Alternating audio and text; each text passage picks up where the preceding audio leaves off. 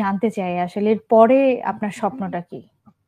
মানে আপনি আমরা অনুষ্ঠান শুরুর আগে বলছিলাম যে এখনো পুরোপুরি প্র্যাকটিস শুরু হয় নাই। আরো প্রস্তুতির বিষয় আছে। তার মানে স্বপ্নের জায়গাটা নিশ্চয়ই আরেকটু বড়। সেই জায়গাটা একটু শুনি স্বপ্নের। আসলে আপু এই জায়গা পর্যন্ত আসতে পারছি, মানে একটা ধাপ আমার অলরেডি কমপ্লিট হয়েছে আমি মনে করি। এখন মানে আমি চাই যে আইন পেশার মানে আইন, এই আইন বিষয়টা নিয়ে আমি একটা এর সর্বোত্তম যে একটা পর্যায়ে আছে আমি ওই পর্যন্ত যেতে চাই।